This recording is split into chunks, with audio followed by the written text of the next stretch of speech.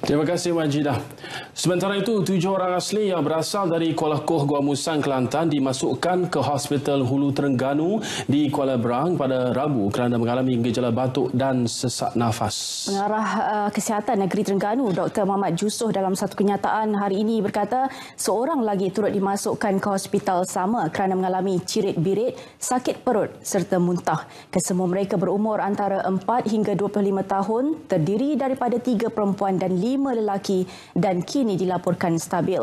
23 orang asli yang berasal dari Kuala Koh tinggal di Kampung Gerdong, Hulu Terengganu secara berperingkat, iaitu 7 orang telah lama menetap di kawasan itu manakala 16 lagi baru berpindah pada 8 Jun lalu.